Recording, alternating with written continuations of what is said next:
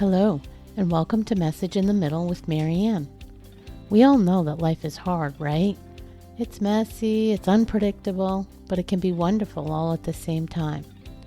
My hope is that we can take a deep dive into self-development topics and explore life's lessons through book clubs, conversations, and interviews. And together, we can uncover the lessons that others have already learned to help us navigate this crazy, wonderful ride called life.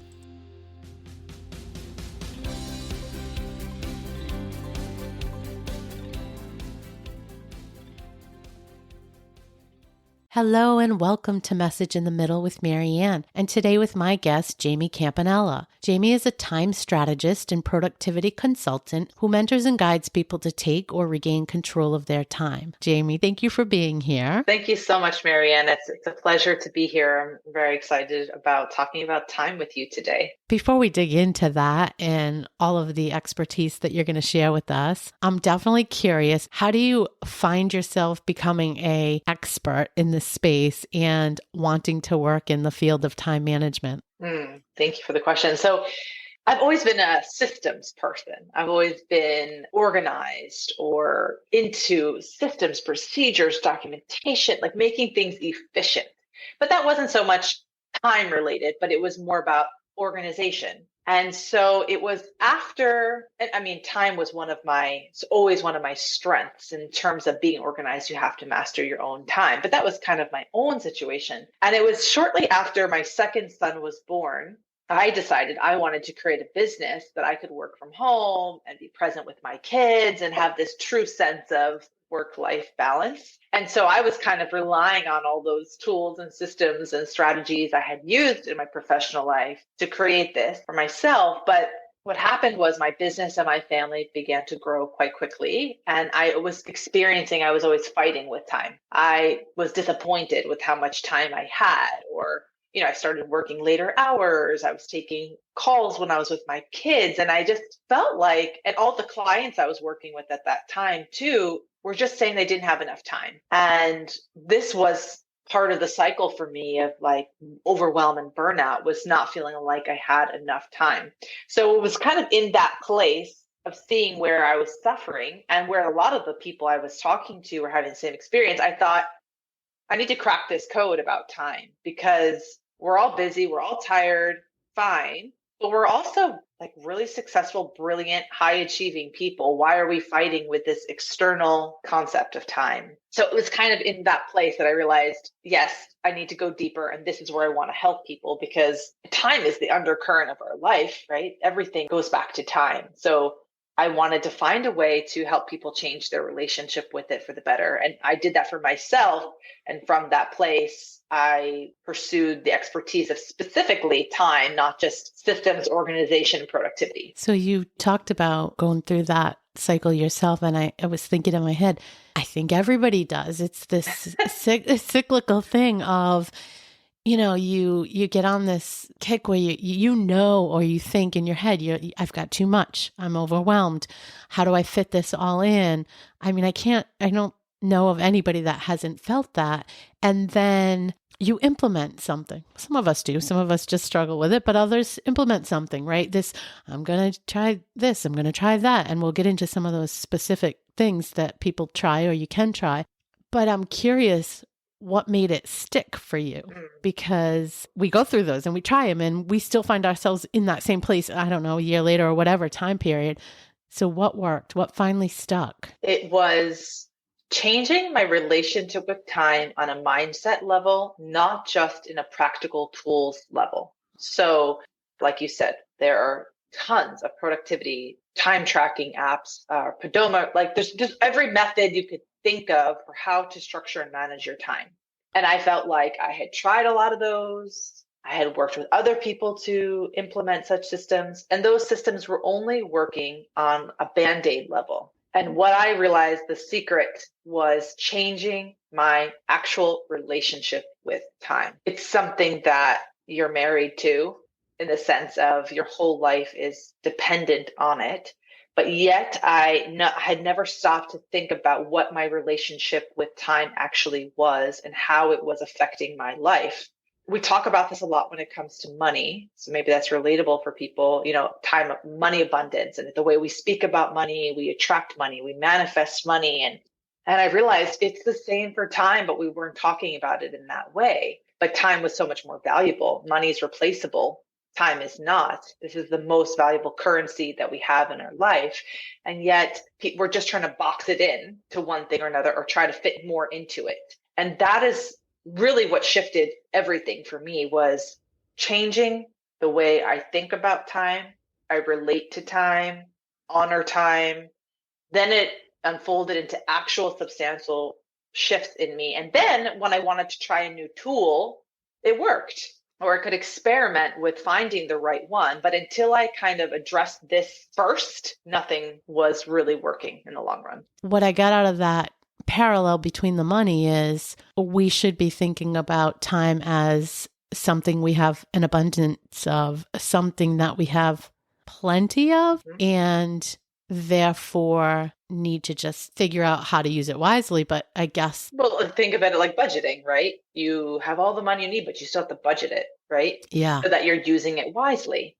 If you spend too much money in one area, then the other area of your life suffers. So it's the same thing with time. We have the same 24 hours in a day. We have the same amount of money we can invest every day, technically, but we have to budget. How much time do I want to dedicate to my business? How much time do I want to dedicate to my family? How much time do I want to dedicate to self-care? So if you're given the 24 hours, the $24 a day, how are you genuinely going to budget so that you feel like this was amazing? I used all my money. I used all my time today exactly how I wanted to. It was amazing. I love that mindset, that parallel, that shift a little bit better, in that it's really not about having as much as you need, though I'm sure we could say, get out of that thought of it's very limited, but it's more about you have this bucket of, just like the money, how do I want to use it? How do I want to prioritize it? Mm-hmm. That's, I think that's a good thought. So I'm going to ask you a couple different kind of phrases that go into that category and tell me how you kind of stack those up. So we all know that we've had experiences where we're with our family, whether that's your children, your grandchildren, your husband, your wife, whatever, and you're supposed to be interacting and doing something with them, and yet your head is in 50,000 other places of things you need to do. Mm-hmm. So talk to me about reframing that. Yeah, it's what I experienced, and so many experience. You're not present.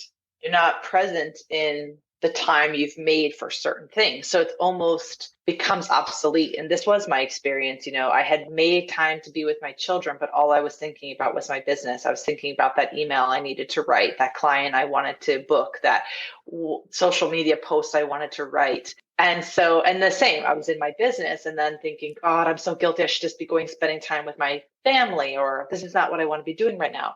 And I realized I was losing in both areas, because neither one were getting my full attention. And I needed to plan my time so that I could turn off in one area to be present for the next. And until I really structured my time comprehensively, I could show myself that I could have that experience. I could leave the office and say, I don't have to think about a single thing. I have time scheduled for everything I need to do later or tomorrow. It gave me assurance that I could just go be with my children and turn everything off. But until I built that trust in myself and in my system, it was hard to let go, right? Because you're thinking about those things. So there's different techniques when it comes to time. But the main thing is giving yourself assurance that I have time for everything I need to do. I have time scheduled for X, Y, and Z. So right now I can just go for this walk. This is the time I've made for myself, but this is the time I've made to be with so-and-so. And it takes discipline and it takes practice, but when you know you have what you need, there's no sense of lack. It's just, I can be in this abundant moment with whoever and enjoy it and have fun, or give my best self in this moment. Yeah, I guess what clicked for me when you were saying that, I was thinking about myself and, some experiences in the past, but what clicked for me was planning. Planning is going to be big, and we'll get into it, I'm sure. But I guess knowing that you have a plan and knowing where everything fits, you can sort of, even if you start hearing those voices in your head, it's very easy. Well, it's easier to quiet them, because you can say, yeah, not right now. I'll get to that. I know I can get to that later. It's at 6 or whatever time you have a plan for it, right? Right. So that makes a lot of sense to me. Talk to me, though, a little bit about, so there's a big conversation out there now around self-care and how important self-care is. And we have to fill our cup first before we attend to others. And I truly believe in that. But I also know that many of us struggle with giving ourselves the time required to really focus on ourselves, get our own needs met. Guess, what advice do you give there? Well, you absolutely need to make time for yourself. When I ask clients, like, gives your life purpose, or how do you want the story of your life to play out, or what goals do you want to meet? I've learned if I want to be a good mom, I need sleep. I need to take a break. I'm not my best self when I'm with them 24 hours a day. I need to take breaks for self-care so that I can come back better. So when you recognize in yourself where you're your best and what you need in your life to be the best, like some people say, I need to jog 45 minutes a day to feel my best self. One person says, I just need to sit down quietly for 5 minutes with my coffee and I feel totally sane. So it's recognizing what it is that you need in your life, and then we make time for it. And it's non-negotiable. We make time for everything in this structure that you need to have the experience that you want. So again, it's okay, I want to allocate 10 hours a week to my business, 16 hours a week to my family, whatever the calculations are. There is this untouchable, this is my time. And it doesn't have to be daily. It doesn't have to be weekly. This is why I say time management is so personal. It's not this one size fits all template. Everybody's needs are different. Everyone's circumstances are different. If you've got 6 kids or 6 businesses or 17 grandchildren, your time is going to look very different than the single mom or a CEO who has just a dog. So everyone's life circumstances paint a different picture of your needs. But putting yourself into the calendar, into your schedule, is imperative. Because if we're, like you said, the cup is empty, we're just wasting time in a sense, because you're not able to give your best to one thing or the other until you yourself are fulfilled or taken care of. And this is hard. There are a lot of female entrepreneurs or moms. We're good at giving to other people first. I always say, I'm really good at taking care of people. I like feeling needed. I like that everyone relies on me or being the hub of the household. But there's a point where that work can work against you unless you're thinking, how am I going to stay strong to continue in this capacity? Yeah. And the trick is knowing that you're needed by yourself as well, and kind of nurturing that. So you touched on it, but I'd like to get your thoughts on, there's always been a school of thought out there around work-life balance and sort of the push and pull between work and home. And I know you work with a lot of moms, but I think this applies to anyone. What's your thought on really what work-life balance looks like? It goes back to what I was saying. It's very different for everybody. And this phrase has gotten so overused in our space, work-life balance, what is balance? And I say balance looks very different for me than it looks like for you. And balance might look different by the season. I say this a lot, like for me in the summertime, when my kids are out of school, for example, or you maybe want to spend more time with your grandkids or whatever the case might be, balance for me at that time looks like spending 80% of my time with my family and 20% on my business. That feels balanced for me because my goals are being available for my family. So I've made a choice. I'm only dedicating 20% of my time to work right now. And it's not this scale that's always balanced, but with one hand up to 80% and one hand down to 20, that feels balanced for me at that time. Whereas in the fall, when my kids are back in school, that's when my scales shift and I'm 80% in business, and that feels really good, and 20% with my children. So balance is not 50-50. It's not this, again, it's not templated. It's what does balance look like for you? Does it mean exercising every day? Does it mean writing a book? Does it mean, it goes, what is your life's purpose? What makes you feel fulfilled? And then we look at the scales and say, if you're giving this much time to that and that, does that feel good? No, I feel like I should be giving more time to this. Or it's what experience you want to have. So yes, balance is not a prescribed matter. I think that the important part there, and I've seen a lot of people struggle with this, is the point you made about it doesn't have to be even. Right.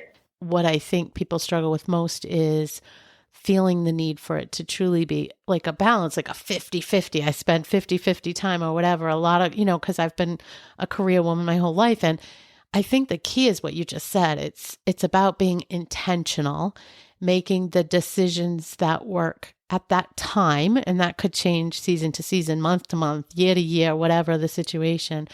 And really just being super intentional and plugged into what feels good and what you need at that point in your life and what your family needs and all of that. Yeah, you said attention, and something I always speak about is you want to ensure that your attention, your literal attention, is in alignment with your intention. I like that. So where your focus is going, making sure it's in alignment with what the goal is or the experience you want to have. Because if you really look at that, 90% of the time, our focus is totally distracted. And that's part of why we don't feel productive or we're not using our time, is because we're at the mercy of whatever's coming at us versus making an intentional choice. No, I'm going to spend an hour today working on the content for my new book, or an hour with my children, whatever it is.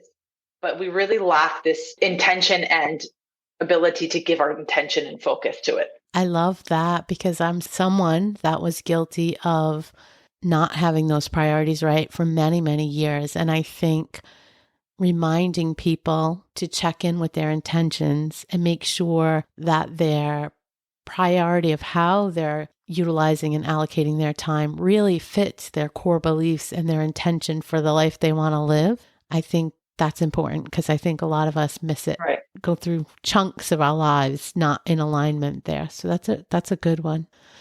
I want to touch on this whole idea of whether or not lists are a good thing. So to-do lists, you can go on Amazon, there's 850,000 different to-do list type things you can buy. And some people really subscribe to how effective they can be, and others say not so much. I'm curious what you think about to-do lists. Yeah, so I'm all about getting it out of your mind and on paper or in your calendar. So I am a big proponent of no holding on to information in your head. And that's the benefit of a to-do list, is because it's an output.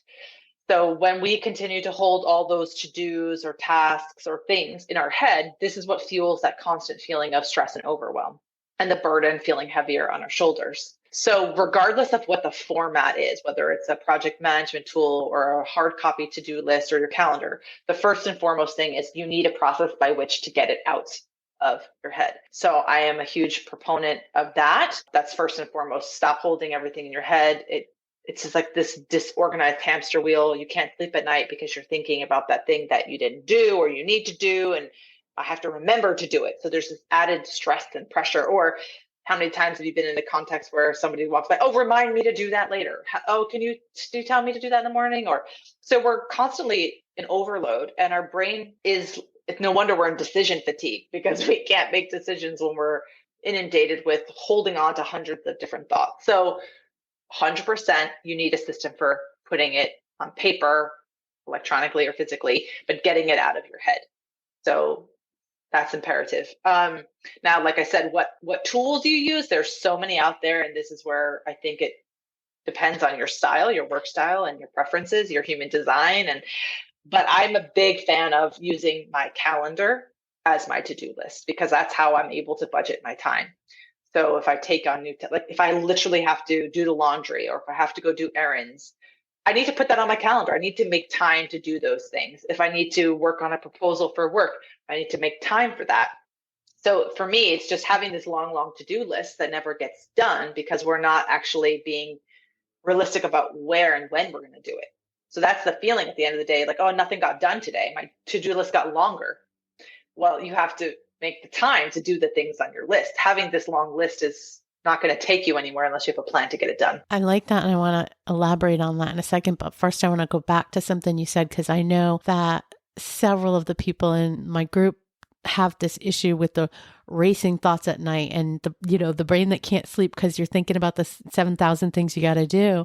And I think you touched on something that we should stress, and it's about getting them out of your head, whether that's journaling or a to-do list or in your calendar, in your memos, in your phone, whatever, you probably need to build a system that as soon as you have a new thought like that of something you got to do, just write it down physically or virtually, Exactly. but get it out of your head. So I think that's key. And then, so let's go back to, and I think this sort of rolls into where your program goes that you offer, but maybe, and I know, we can't get into all of it, but maybe you can kind of give us some highlights and some tips and tools that people could implement, even if they're not quite ready to take a course. But it's the idea of getting it from that list and really starting to look at how you schedule that. What does that look like? Okay, so the Time Power program, which you had mentioned, is exactly.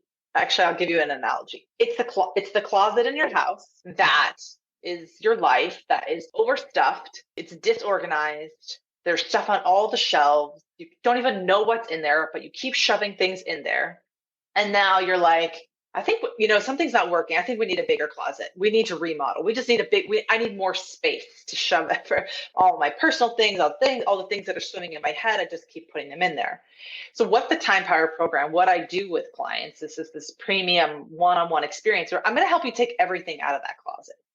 I'm going to help you organize it, categorize it, prioritize it.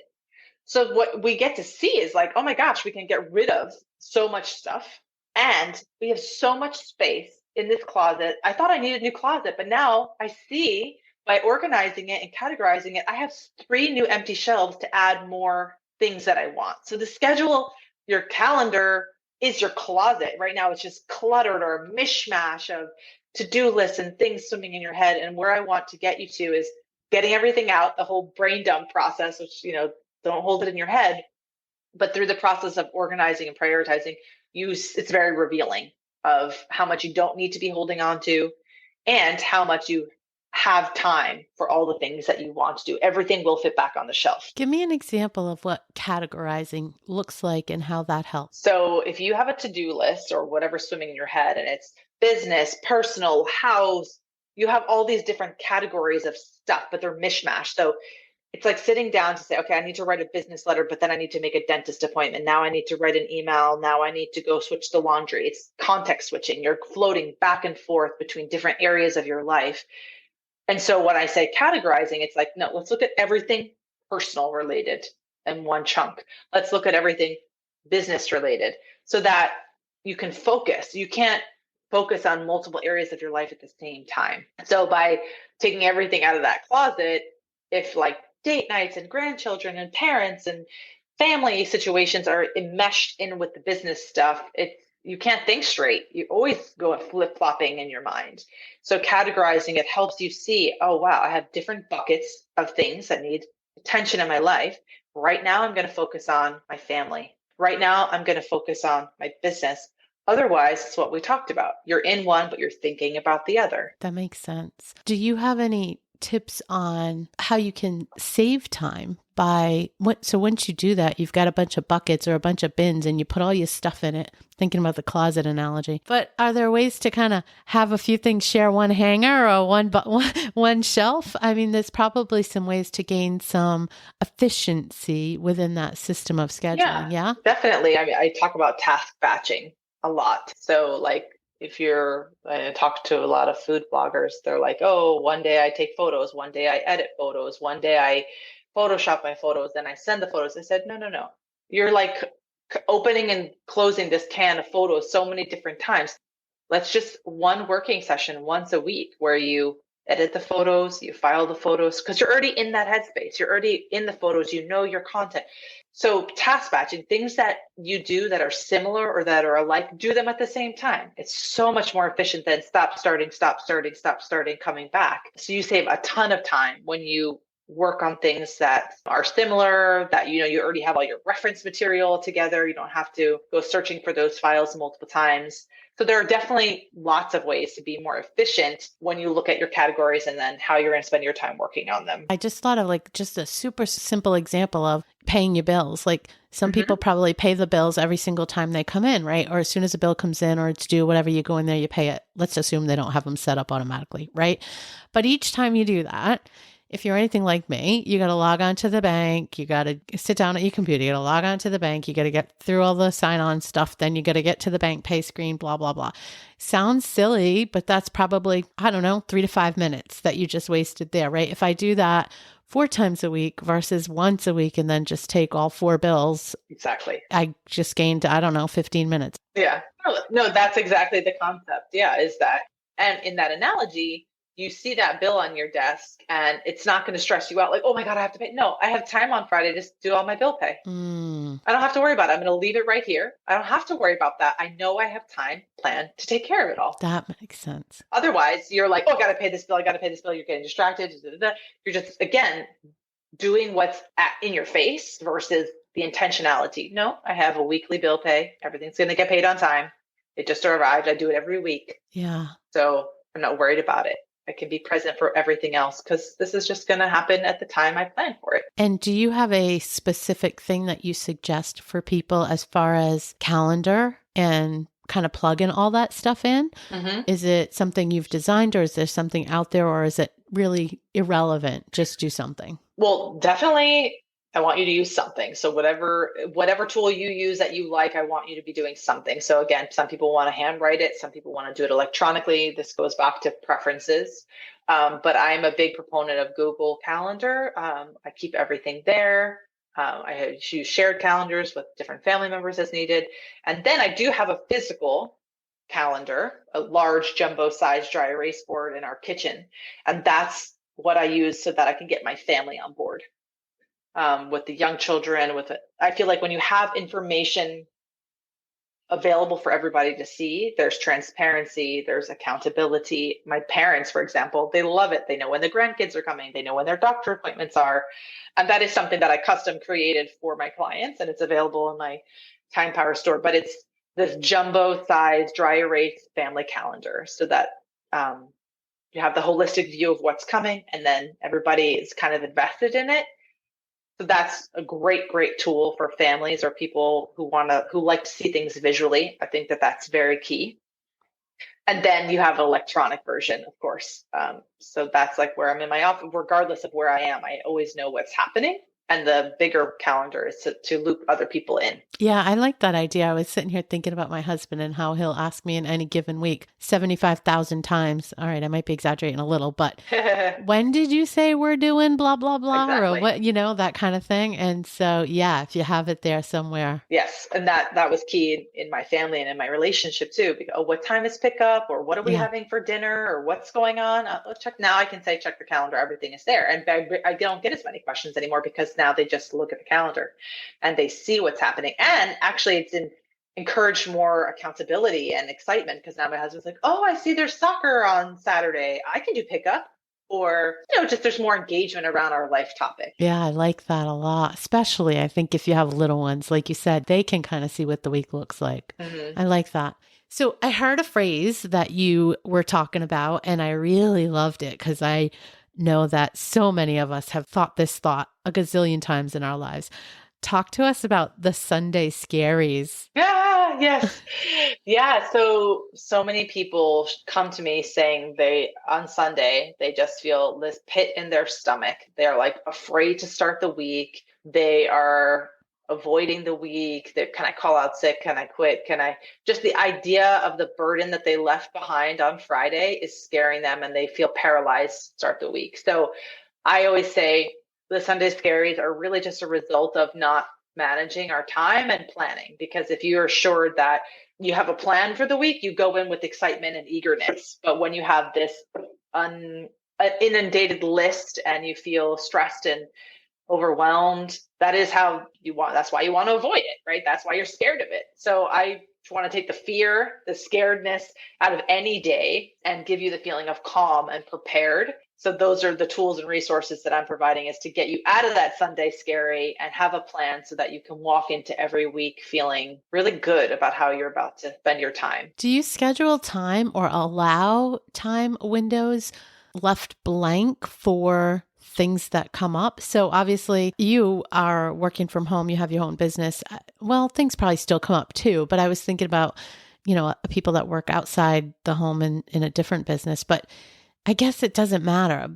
The point being, there's always going to be stuff that comes up. It could be family Absolutely. stuff too. Yeah. So how do you account for that? Is there like a blank block in every day?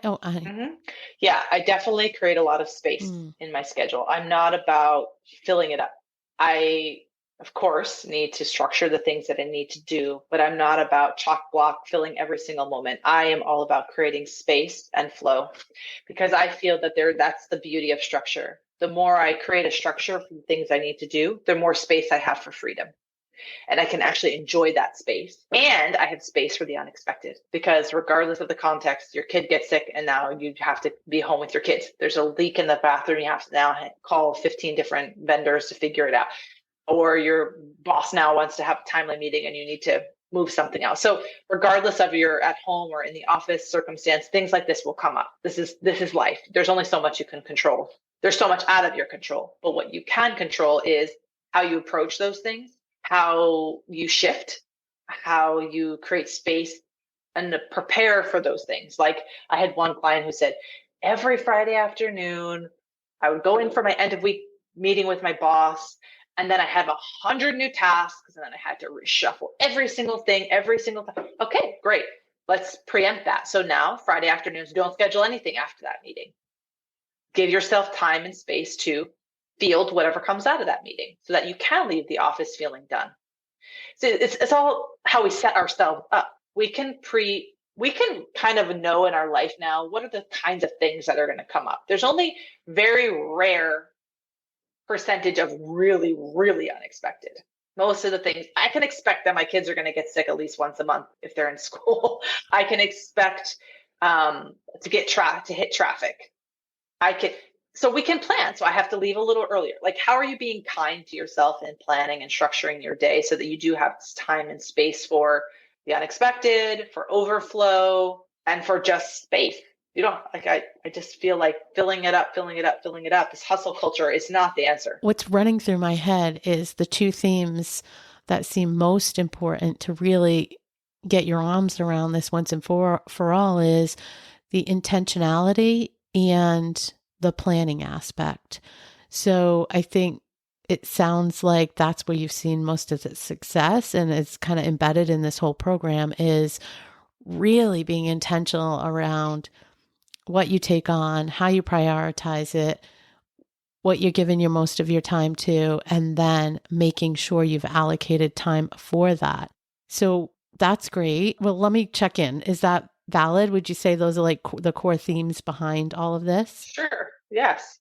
And then I guess I want to ask, do you have any advice around pushing back or saying no, deprioritizing, anything in sort of those buckets? Mm-hmm. Yeah, absolutely. So often we say, I don't have time for this, right? Like that's our automated response. I don't have time. I don't have time for that.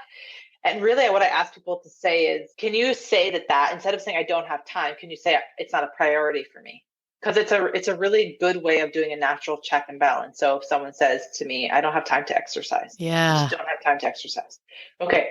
Tell me, is exercise a priority? Like, can you say exercise is not a priority for me? And they're like, no, I can't say that. Okay, great. So then we do need to make time for it. Love that.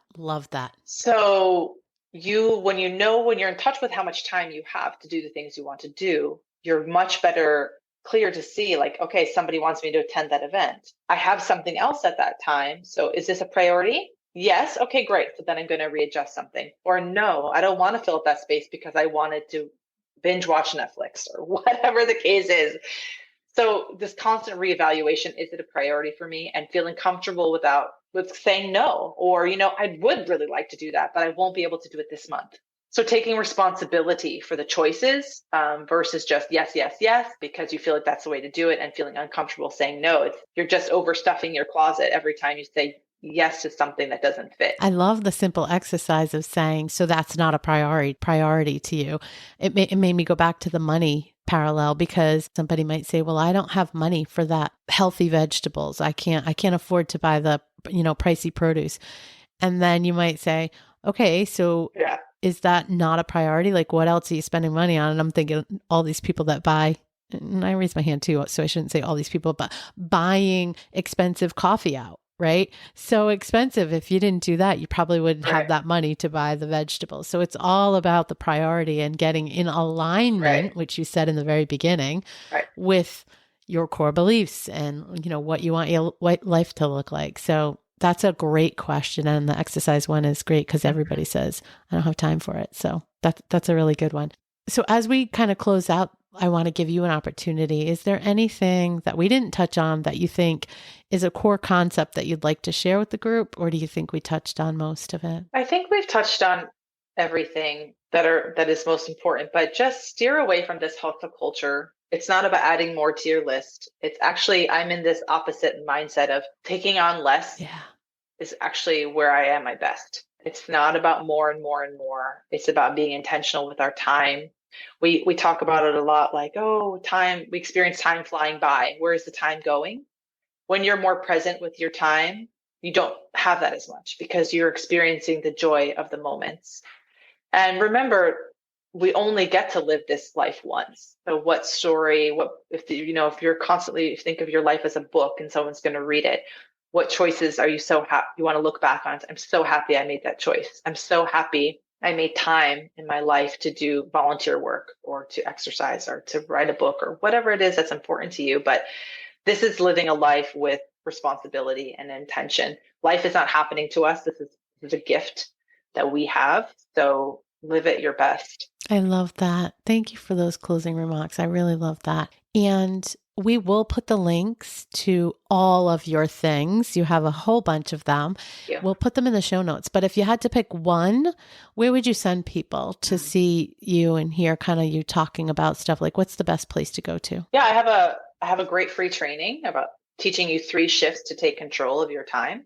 So if you were intrigued and you want to take it a step further, I think that will give you some more exercises to go a little deeper.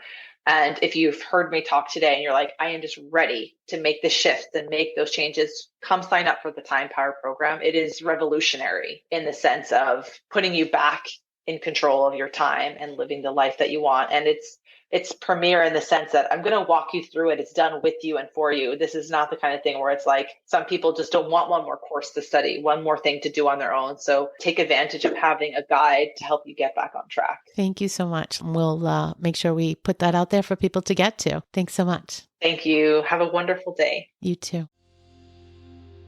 Thank you for listening to this episode of Message in the Middle with Marianne. If you enjoyed the podcast, please take a minute to share it and write a review as it helps bring new listeners to our audience. If you'd like to keep the conversation going between episodes, please join us at Facebook group Message in the Middle with Marianne.